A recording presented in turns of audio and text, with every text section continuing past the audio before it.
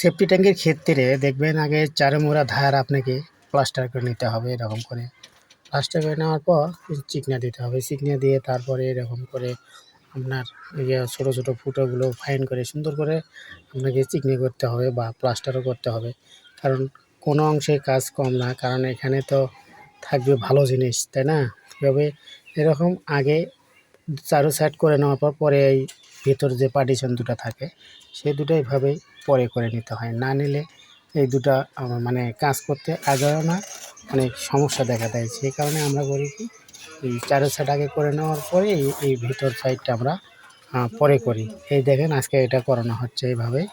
তো আবার বাহির সাইডে দেখবেন যে এরকম চারুমুড়ো দিয়ে মশলা মারেন লিছেন কিনা মিস্ত্রিকে দেখবেন, খেয়াল করে নেবেন।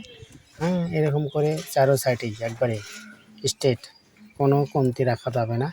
চারো সাইডে এইভাবেই দেখবেন যে আপনার মশলা মারা আছে কিনা, কর্নি দিয়ে পিঠ দিয়ে ডলে দেওয়া আছে কিনা, সেটা আপনাকে ফলো করে নিতে হবে। এই সমস্ত কাজগুলোই কিন্তু আপনি গুরুত্ব